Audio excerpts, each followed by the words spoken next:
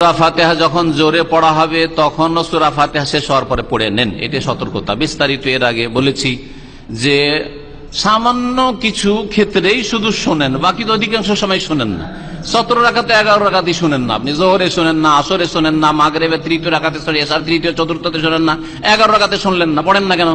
হানাফি ভাইদেরকে বলছি, বোনদেরকে বলছি যে কমপক্ষে 11 রাকাত নামাজ ঠিক করেন, না হলে বাতিল যাবে সব নামাজ।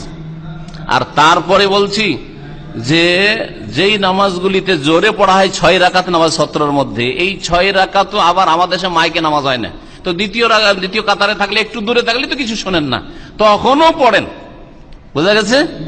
আর সামান্য শুধু যখন শুনছেন তখন কি করে কানে আওয়াজ সূরা ফাতিহার পৌঁছেছে, তখন অধিকাংশ ওলামারা বলছেন যে এই ক্ষেত্রে শুনে নেওয়াই আশা করি যথেষ্ট হবে, না পড়লেও চলে, পড়া হয়তো অজেব হবে না, এই ক্ষেত্রে নামাজ বাতিল হবে বলবো না।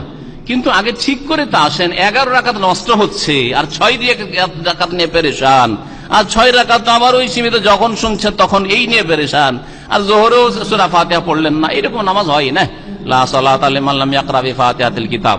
আবার বলছি ওই সব মাযহাবধারী ভাইদেরকে যে সূরা ফাতিহা পড়ুন, সূরা ফাতিহার সাথে মহব্বত করুন। সূরা ফাতিহা হচ্ছে সূরাতুস সালাহ, সূরা ফাতিহাকে সালাতের সূরা বলা হয়েছে, নামাজ বলা হয়েছে, কারণ এর উপর নির্ভরশীল নামাজ। আল্লাহ পাক রব্বুল আলামিন আমাদেরকে নামাজ শুদ্ধ করার তৌফিক দান করেন। ওয়া সাল্লাল্লাহু আলা নবিয়িনা মুহাম্মদ ওয়া আলা আলিহি ওয়া সাহবিহি আজমাইন।